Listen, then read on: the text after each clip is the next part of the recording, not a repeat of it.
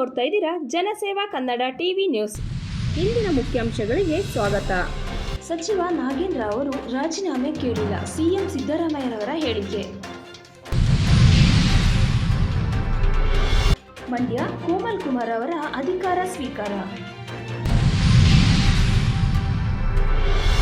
Mandya June 9ರಂದು ಸಾಧಕರಿಗೆ ಸನ್ಮಾನ, ಪ್ರತಿಭಾ ಪುರಸ್ಕಾರ ಕೃತಿ ಬಿಡುಗಡೆ. ದಕ್ಷಿಣ ಶಿಕ್ಷಕರ ಕ್ಷೇತ್ರ ಮಂಡ್ಯ ಜಿಲ್ಲೆಯಲ್ಲಿ 91.60% ಮತದಾನ.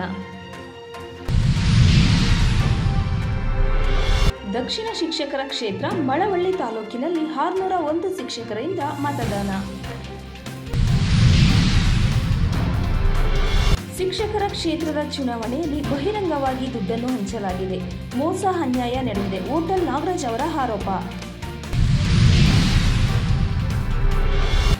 ಬೆಂಗಳೂರು ರೇವಾ ಪಾರ್ಟಿ ಪ್ರಕರಣ, ತೆಲುಗು ನಟಿ ಹೇಮಾ ಅವರ ಬಂಧನ. ನಾಲ್ವಡಿ ಕೃಷ್ಣರಾಜ್ ಒಡೆಯರ್ ಅವರ ಪ್ರಶಸ್ತಿ ಪ್ರದಾನ. ಲೋಕಸಭಾ ಚುನಾವಣೆ ರಾಯಬೇರೇಲಿ ವಯನಾಡು 2ರಲ್ಲೂ ರಾಹುಲ್ ಗಾಂಧಿರವರ ಮುನ್ನಡೆ. ಉತ್ತರ ಪ್ರದೇಶದಲ್ಲಿ ಇಂಡಿಯಾ ಮೈತ್ರಿಕೂಟ ಭಾರೀ ಮುನ್ನಡೆ, ಎನ್ಡಿಎಗೆ ಆಘಾತ.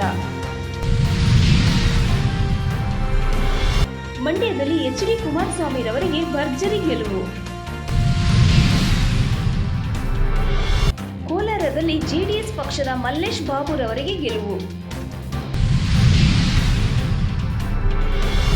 ಬಹುಮತಕ್ಕೆ ತಿಣುಕಾಡಿದ ಬಿಜೆಪಿ, ಇಂಡಿಯಾ ಮೈತ್ರಿಕೂಟಕ್ಕೆ ಟಿಡಿಪಿ ಜೆಡಿಯು ಬೆಂಬಲ.